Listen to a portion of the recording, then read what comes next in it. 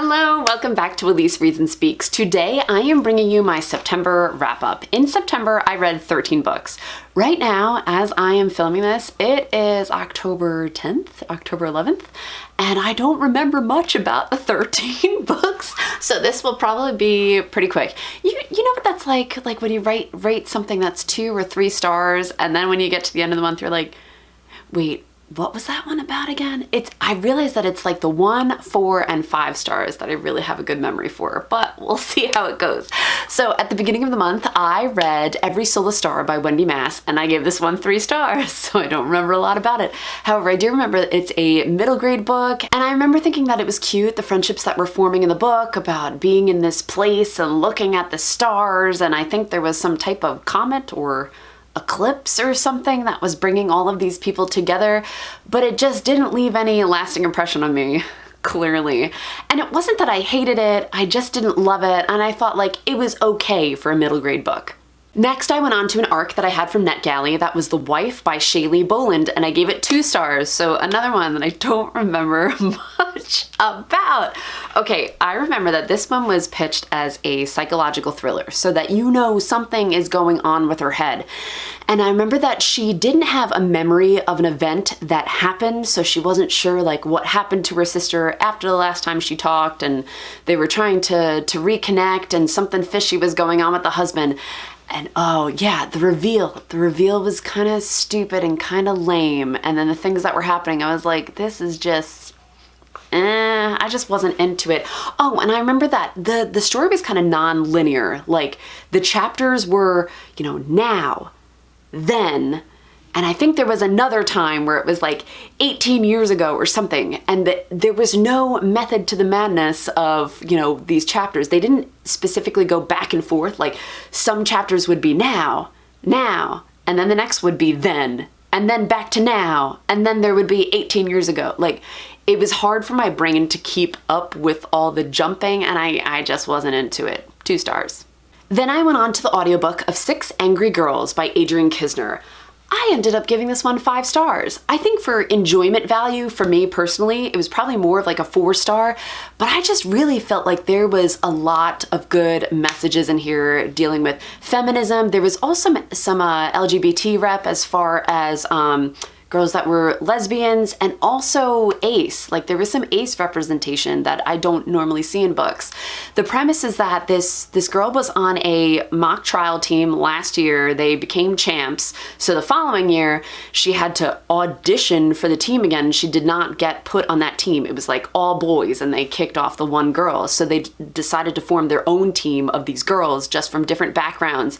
And there was like a raw feminism throughout the entire book. And I felt like it was a good message, and I felt like it would intrigue a bunch of different types of readers. Like, you know me, I'm typically into like fantasy and sci-fi, that stuff. This was more contemporary, but I was into it. I just felt like the characters in here were so different, and the way that they combined, I felt like it was a book for everyone. So I think it deserves the 5 stars. Enjoyment value, like 4, 4.5, but 5 stars just because of the message and its appeal to the greater population.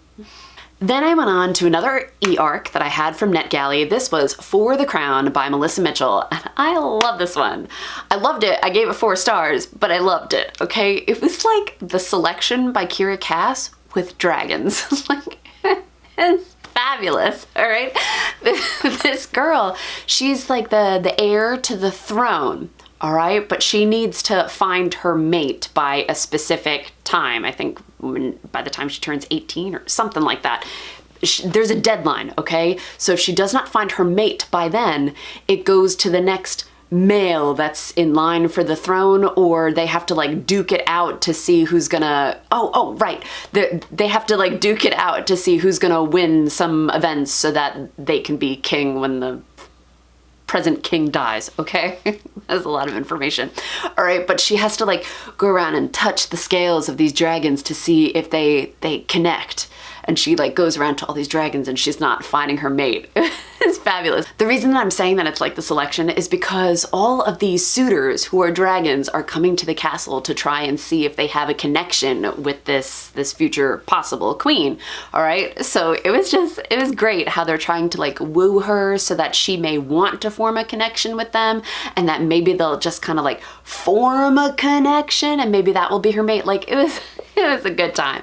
The Selection with Dragons. Read it. Then I went on to another e-arc that I got from NetGalley. This was Purple Lotus by Veena, and this was an own voices Middle Eastern. She was kind of left behind, like she was getting older and nobody was marrying her, so that's kind of looked down on in that culture. You should be married kind of young. So finally, you know, someone marries her. He goes to America. He doesn't even bring her over until like 3 years into their marriage. So she was still left behind. I felt so bad for her. But she goes to America, and that's like where, I wouldn't say chaos ensues, but where she kind of finds herself. The marriage is crumbling apart because of different things. There ends up being some domestic abuse in here, just in case that's a trigger for you. And also it's the story of this woman like getting out of this marriage and finding out who she is away from the culture that's judging her for being, you know, a spinster, for being married so later in life. I thought it was decent. I ended up giving it 3 stars because I don't know much about Indian culture, so I felt like there were some eye-opening things in here for me as far as, you know, family pressure when it comes to marriage, or, you know, not being the perfect Indian daughter that they expect you to be.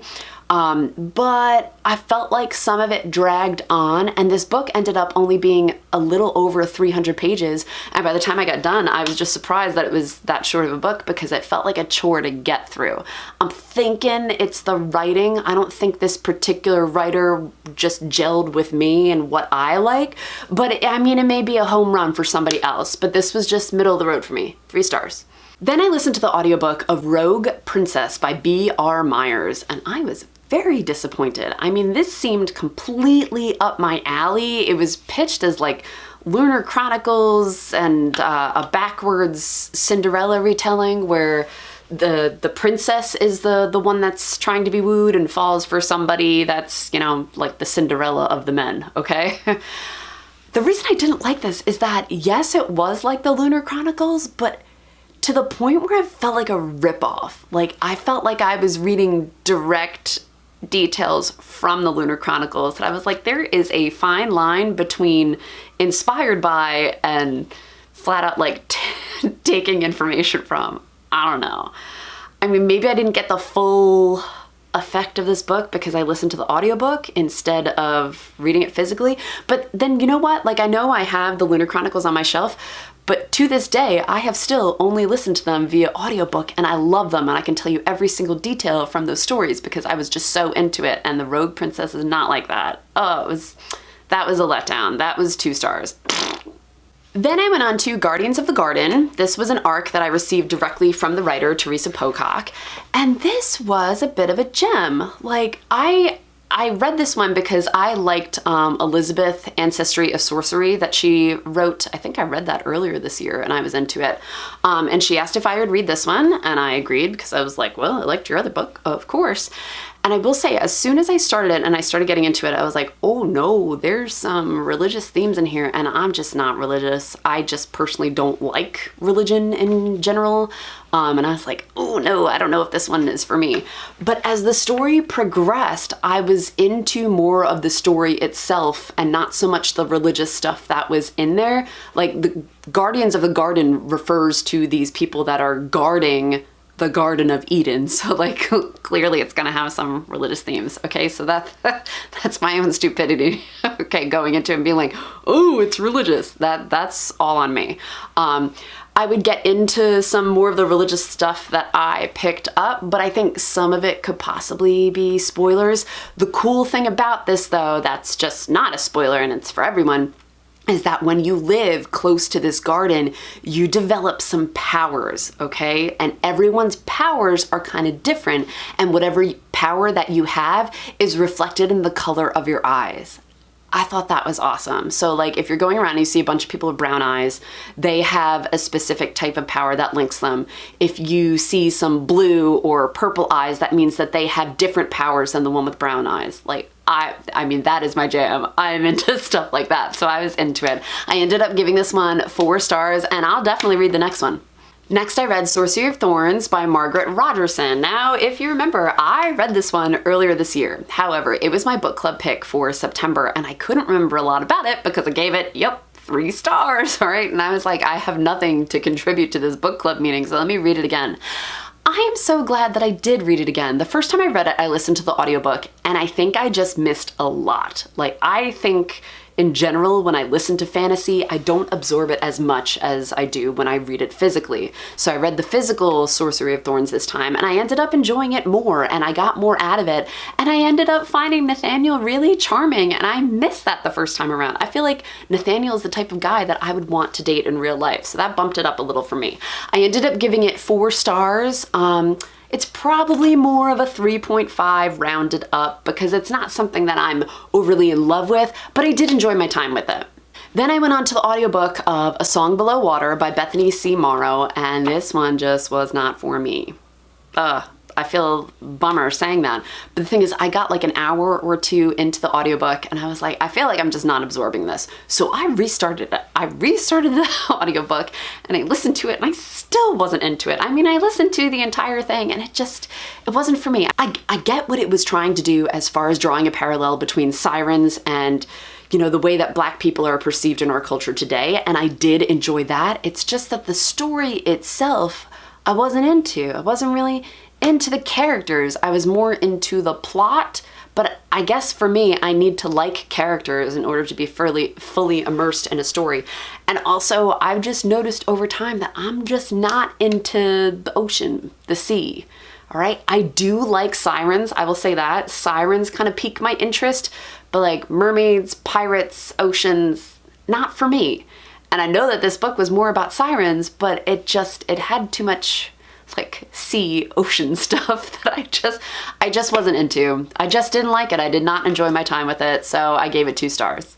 Then I went on to the audiobook of All Boys Aren't Blue by George M. Johnson, and I loved this one. I gave it 5 stars. Okay, this representation in this book is not me at all. I'm not Black, I'm not a man, and I'm not homosexual. However, his stories, man, like they just suck you in and you feel like you're talking to a friend. And I felt like, I don't know, I almost felt a little seen just because he alluded to one thing when 9/11 happened. He said that he was a junior in high school, and that's what I was when 9/11 happened. I was also a junior in high school. So when I reached that point, and I think he said that he grew up in Jersey and I was in New York, that I just all of a sudden I felt like this connection that I was like, these are my people, this is my age, this is exciting. And just the way that he writes, man, like it sucked me in. It was such a good time. And I felt like, you know, when earlier this year, when the Black Lives Matter stuff was coming to a huge head again because of George Floyd and Breonna Taylor, and I remember authors and even booktubers were like, you know, don't forget to read Black happy stories too. You know, those exist and it's important for you to see Black people are happy too. And I felt like this was one of those stories. You know, not everything in here was happy, but man, if you want to read a story with a supportive Black family, oh my gosh, I loved his family. I loved them, absolutely loved them. And I was like, yeah, more people need to read this. And it really resonated with me. I loved it. I can't say enough about it. Definite 5 stars. Then I went on to Jane Seymour, The Haunted Queen by Alison Weir. I did this as another buddy read with Emily at Novell Novels, and I love this one too. Honestly, I think Alison Weir needs to really write garbage in order for me to rate her less than 5 stars. Her writing just speaks to me. I'm fully immersed. And the thing is, like, I'm not into Jane Seymour. I personally find that queen very boring. I have never really been interested in Jane Seymour. However, this story I was into. I will say at the end of the book, I still found Jane Seymour boring, but the fact that I was so into the story, even with this boring queen, that I was just reading it fast, I feel like that speaks to Alison Weir's writing, that I had to give it 5 stars.